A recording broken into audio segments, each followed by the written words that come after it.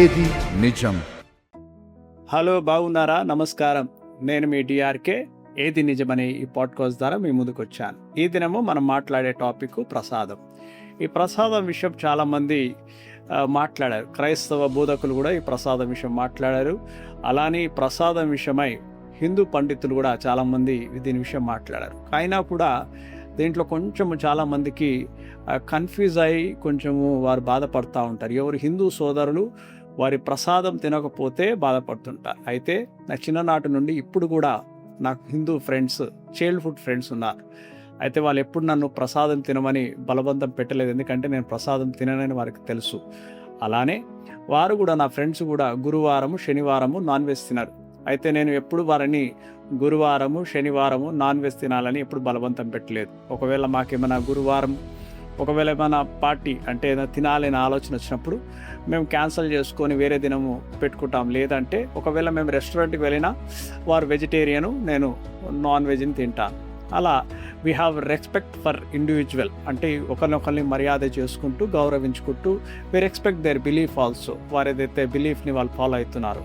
అయితే ఇక్కడ ప్రాబ్లం ఎక్కడ వచ్చిందంటే చాలామంది ఆర్గ్యూ చేస్తారు, మీరు ఎందుకు ప్రసాదం తినరు, మేమైతే మీరు పెట్టే కేకు కానీ మీరు పెట్టే ఏదైనా మేము తింటాం కదా, మీరు ప్రసాదం ఎందుకు తినరు అని చాలామంది ఆర్గ్యూ చేస్తుంటారు. ఇది సింపుల్గా చెప్పాలి అంటే, ఒకవేళ వెజిటేరియన్కి మీరు నాన్ వెజ్ తినవెందుకు అని బలవంతం చేసినట్లే అయితే ఆ ప్రసాదము నాన్ వెజ్ ఒకటా అంటే కాదు. అంటే ఆ చిన్న డిఫరెన్షియేషన్ మీకు చెప్తాను. ఫస్ట్ మీరు తెలుసుకోవాల్సింది ఏమిటంటే, హిందూ సోదరులు, ప్రసాదము షాప్లో దొరికే లడ్డు అంటే దేవుని దగ్గర పెట్టే లడ్డు, షాప్లో దొరికే లడ్డు ఒకటి కాదు అని తెలుసుకోండి. రెండవది, క్రైస్తవులు కానీ ముస్లింలు కానీ వారు ఏది కూడా దేవునికి అర్పణగా అది వారు ఏది సమర్పించరు. వారి యొక్క గ్రంథాలలో తినకూడదు, ఇతర దేవతలకి అర్పించినది ఏ అర్పణైనా తినకూడదు అని క్లియర్గా రాశారు.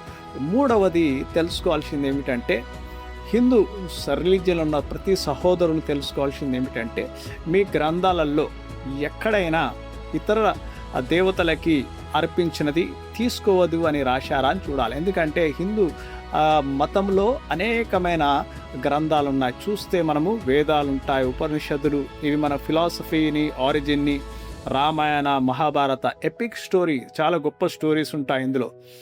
పురాణాలు, డీటెయిల్స్ మిథాలజీ ఆఫ్ గాడ్స్ అంటాం. అయితే గీత, ఇది స్పిరిచువల్ గైడెన్స్.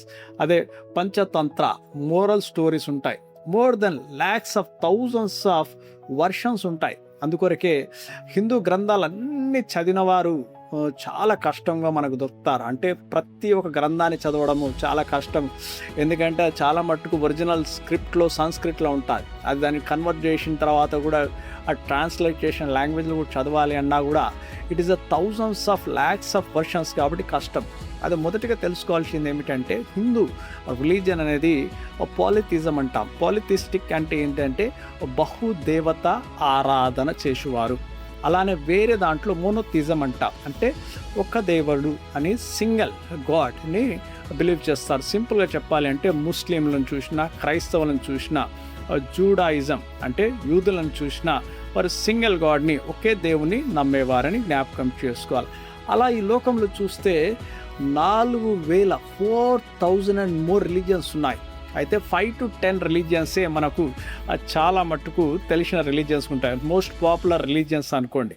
ప్రతి ఒక్క మతానికి ఒక గ్రంథం ఉంటుంది. ఆ గ్రంథము ఏమి చెప్తుందో ఆ గ్రంథములో చెప్పిన దాన్ని ఆచరించడమే ఆ ఒక కల్చర్ అంటారు, లేదంటే ఆ ఒక రిలీజియన్ వర్షిప్ అంటాము. ఆ దేవుని ఎలా ఆరాధించాలనో ఆ ఒక రిలీజియన్లో, ఆ పుస్తకాల్లో రాయబడి ఉంటుంది. అయితే ప్రత్యేకంగా ఇదని మనం ప్రసాదం గురించి మాట్లాడుతున్నాం కదా, హిందూ రిలీజియన్లో ప్రసాదం అనేది అది మ్యాండేటరీ, అంటే దేవునికి అర్పించేది. దాని విషయం కొంచెం వివరంగా చెప్తున్నాను. అలానే ఎనిమల్ సాక్రిఫైస్ ఉంటుంది. ఒక్కొక్కసారి హిందూ రిలీజియన్లో ఎనిమల్ సాక్రిఫైస్ కూడా రేర్గా ఉంటుంది, అది కూడా ఉంటుందని జ్ఞాపకం చేసుకోండి. సిక్ రిలీజియన్లో కూడా వాళ్ళు ఫుడ్ ఆఫరింగ్ చేస్తారు, కానీ వారు దేవునికి అర్పించరు. అలా అందరూ దాన్ని హ్యుమానిటీ గ్రౌండ్స్లో అందరూ లంగర్ అంటారు, అందరు కలిసికట్టుగా తింటారు. అయితే ఎనిమల్ సాక్రిఫైస్ అనేది ఉండదు. బుద్ధిజంలో చూస్తే కూడా వారు బుద్ధునికి సింబాలిక్గా వారు ఫుడ్ పెడతారు, కానీ అర్పణగా పెట్టారు. అదొక డెకరేషన్గా లేకపోతే అర్పించడానికి పెడతారు. నాట్ టు ఫీడ్ గాడ్ అంటారు. చూడండి, వాళ్ళు ఎనిమల్ సాక్రిఫైస్ ఉండవి. అలానే చూస్తూ ఉంటే జైనిజంలో ఫుడ్ని ఆఫరింగ్ ఇస్తారు, అలానే ఎనిమల్ సాక్రిఫైస్ ఉండదు. ఇస్లాంలో అయితే నో డైలీ ఫుడ్ ఆఫరింగ్ అంట, అంటే అసలు ఫుడ్ అనేది ఆఫరింగ్ చేయరు. కాకపోతే ఎనిమల్ సాక్రిఫైస్ మాత్రం వాళ్ళ దాంట్లో ఒక ఫెస్టివల్లో ఎనిమల్ సాక్రిఫైస్ అని ఉంటుంది. క్రిస్టియానిటీలో మాత్రం చూస్తే కమ్యూనియన్ అంట, సింబాలిక్గా బ్రెడ్ అండ్ వైన్. అది ఓన్లీ క్రైస్తవులైన వారు, బాప్తిసం పొందిన వారే దాన్ని పుచ్చుకుంటారు. ఎవరికి పడితే వారికి అది ఇవ్వడానికి ప్రయత్నం చేయరు.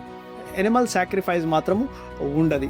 జూడాయిజంలో ఒక కాలంలో హిస్టారికల్లో వాళ్ళు కూడా ఫుడ్ ఆఫరింగ్ ఇచ్చేది. ఇవాళ ఇప్పుడు మాత్రము animal sacrifice they are no more practising it, అంటే లేదు అని జ్ఞాపకం చేసుకోవాలి. ఇదంతా ఎందుకు మనకు కన్ఫ్యూజన్ ఉంటుందంటే, వాస్తవానికి చెప్పాలి అంటే ప్రతి రిలీజియన్లో డివోటీస్ అంటాం, లేకపోతే స్కాలర్స్ అంటాము, దాని భక్తులు అంటాం. డివోటీస్ ఎంతమంది ఉంటారు? అది మొత్తం గ్రంథాలు మొత్తం పూర్తిగా తెలుసుకున్నవారు 5 to 10% ఉంటారు. మిగతా వాళ్ళు ఎవరంటే రెగ్యులర్ ఫాలోవర్స్, అంటే వీరు మతాన్ని రెగ్యులర్గా ఫాలో అవుతుంటారు. అయితే వీళ్ళు ఎంతమంది ఉంటారు అంటే 20 to 30% ఉంటారు. వీళ్ళకి బేసిక్ నాలెడ్జ్ ఉంటుంది. చాలా maximum majority of the population cultural followers అంతే, అంటే ఏదైతే చెప్తారో అది చేస్తారు అంతే. 60 to 70% వీళ్ళకి లిమిటెడ్ అండర్స్టాండింగ్ ఉంటుంది. అందుకొరకే of knowledge is always dangerous అంటారు. మనకు పూర్తిగా తెలియకుండా సగం తెలిసిన వారికి చాలా తెలియకుండానే మనం మాట్లాడేస్తూ ఉంటాం. ఇంకొకటి, ఈ కాలంలో WhatsApp university knowledge is too dangerous.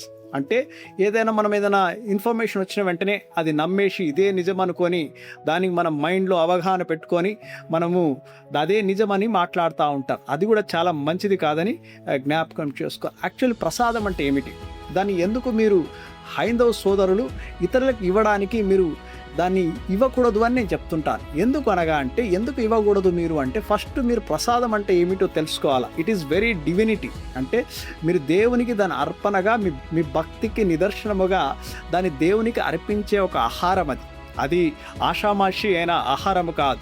మొదటిగా తెలుసుకోవాల్సింది ఏమిటంటే, అది వర్షిప్కి అలానే మీ కల్చర్కి అది ఒక ప్రతిరూపము అని తెలుసుకోవాలి. రెండవది, అది ఎప్పుడైతే it is a gracious gift and grace gift అంటాం, అంటే దేవుని నుండి మనకు అది ఒక ఆశీర్వాదకరముగా, ఒకవేళ దేవుడు దాన్ని దీవించి ఆశీర్వదిస్తే అది ఆశీర్వాదకరంగా మనకు వస్తుంది అని జ్ఞాపకం చేసుకోవాలి. అంటే ఆషామాషిగా ఆ ప్రసాదాన్ని ఇష్టం ఉన్నట్టు ఎవరికి పడితే వారికి ఇవ్వకూడదు. మీరు తీసుకుంటారా అని అడగాల. ఒకవేళ లేదు అంటే మీరు బాధపడిన అవసరం లేదు, ఎందుకంటే వారు దాన్ని నమ్మరు కాబట్టి తీసుకోకపోవడం ఉండడమే మంచిది. తీసుకోకపోవడమే, నమ్మని వారు తీసుకోకపోవడం ఉండడమే దానికి మర్యాద ఇవ్వడం అని జ్ఞాపకం చేసుకోవాలి. మర్యాద లేకుండా ప్రసాదం తీసుకోవడం కూడా మంచిది కాదు అని మీరు జ్ఞాపకం చేసుకోండి. అందుకొరకే ఎప్పుడైనా ప్రసాదం తీసుకోకపోతే మీరు ఫీల్ కాకూడదు. అది ఏంటంటే దానికి మర్యాదతో పూర్వకంగా తీసుకోవాల్సిన అదొక పదార్థం అని జ్ఞాపకం చేసుకోండి. చాలామంది అంటారు, మీరు లడ్డు షాప్లో ఉన్న లడ్డు తింటారు, అలానే మేము ఇచ్చే ఇది కూడా అదే లడ్డు కదా, ప్రసాదం కూడా అదే లడ్డు కదా అని అనుకుంటారు. దానికి దీనికి చాలా వ్యత్యాసం ఉన్నది. ఈ కాలంలో మనం ఇంటర్వ్యూస్లో కూడా చూస్తుంటాం, ఇది లడ్డు ఇచ్చి తిన్న తర్వాత ఇది ప్రసాదము అని కూడా అనడం చూస్తాం. అట్లా యాక్చువల్లీ అటువంటి చేయకూడదు. ఎందుకంటే ఒకరు వెజిటేరియన్ తిన వాళ్ళకి మనం ఏదో పెట్టి తిన్న తర్వాత నువ్వు నాన్ వెజ్ తిన్నావు అంటే ఎంత బాధ అవుతుందో, అలానే ఇది కూడా అన్నిటి. You should respect other religion, you should respect other beliefs అనేది నేర్చుకోవాలి. అందుకొరకు చూడండి, షాప్లో ఉన్న స్వీట్ పర్పస్ ఏమిటి అంటే అది టేస్ట్, సేల్, అంటే దాని టేస్ట్ కోసం, సేల్ కోసం పెడతారు. అలానే దేవునికి అర్పించే ప్రసాదం ఏమిటి అంటే డివోషనల్, అట్లనే బ్లెస్సింగ్ అది అని మన భక్తికి నిదర్శనము అది. అలానే దాని ప్రాసెస్ ఒకవేళ మనం చూసినట్లయితే అది ఏదైతే మనము షాప్లో చేసే లడ్డు అది ఎలా ఉంటుంది, కుకింగ్లో చేస్తుంటాం. అయితే ఈ లడ్డు ఎలా ఉంటుందంటే అది చేసిన తర్వాత దేవుని దగ్గర పెడతాము, మన భక్తి పూర్వకంగా దాన్ని సమర్పిస్తామని జ్ఞాపకం చేసుకోవాలి. ఇది ఏదైతే ఈ షాప్లో ఉన్న లడ్డు అది తినడానికే, అది ఒట్టి we need to eat it. అలానే చూస్తే ఇది నార్మల్ కాదు, ఇది సెక్రీడ్ ఆఫరింగ్ అంటాం, అంటే భక్తితో కూడిన దేవునికి ఇచ్చిన ఆహారం అని అంటాం. మూడవది క్వాంటిటీ, ఒకవేళ మనము ఏదైనా లడ్డు ఇష్టమైంది అనుకో, మరి 10 లడ్లు తినొచ్చు మనకి ఇష్టం ఉంటే, ఎంతైనా తినొచ్చు. కాకపోతే అదే ప్రసాదం అనేది it is very usually small క్వాంటిటీగా తీసుకుంటాం. అది మనం భోజనం చేసినట్టు చేయరు. అంటే దానికి దీనికి చాలా వ్యత్యాసం ఉంటుంది. మొదటిగా నా హైందవ సహోదరులందరికీ తెలుసుకోవాల్సిన విషయం ఏమిటంటే, ఒకటి మనం ఇతర మతముని మీరు ఒకవేళ మనం మర్యాద చేయాలా, వాళ్ళు మన మతాన్ని మర్యాద చేస్తారు. ఒకవేళ మీ మతంను గురించి ఒకవేళ మంచి చెప్పాలనుకుంటే యూ కెన్ టెల్ దెమ్. వారికి మీరు ఇలా ఉంటుంది మా మతంలో, దిస్ ఆర్ ద థింగ్స్, ఇది ఇలా ఉంటుందని మీకు చెప్పాలా. కానీ దౌర్జన్యము చేయకూడదు. ఈ మధ్య కాలంలో ఈ దౌర్జన్యం అనేది, అంటే బలవంతం అనేది చేస్తున్నారు. అది మంచిది కాదు. ఎందుకంటే ఎవరి మీద మనం బలవంతం చేస్తే మంచిది కాదు. అదే మీరు ఒకవేళ వేరే వారు మీ మీదకి బలవంతం చేస్తే మీకు ఎంత బాధ అవుతుందో వారికి కూడా అంతే బాధ అవుతుందని జ్ఞాపకం చేసుకోవాలి. మనందరికీ మత స్వేచ్ఛ ఉన్నది కనుక అందుకొరకు ఎవరు ఇష్టమున్న మతాన్ని వారు పాటించనియండి. ఎందుకంటే it is all about your internal belief. అది నీ యొక్క విశ్వాసము, నీ బిలీఫ్ సిస్టమ్ అంటాం దీన్ని. దాన్ని కూడా బలవంతం చేయడం అనేది మంచిది కాదు. మొదటిగా తెలుసుకోవాల్సింది ఏమిటంటే, ప్రసాదం అంటే ఏమిటో తెలుసుకోవాలా. ఎప్పుడైతే ప్రసాదం అంటే ఏమిటో తెలుసుకుంటే మీరు ఎవరైతే హిందువులు గారి వారికి మీరు ప్రసాదం ఇవ్వచ్చా లేదా అనేది మీకు అవగాహన ఉంటుంది.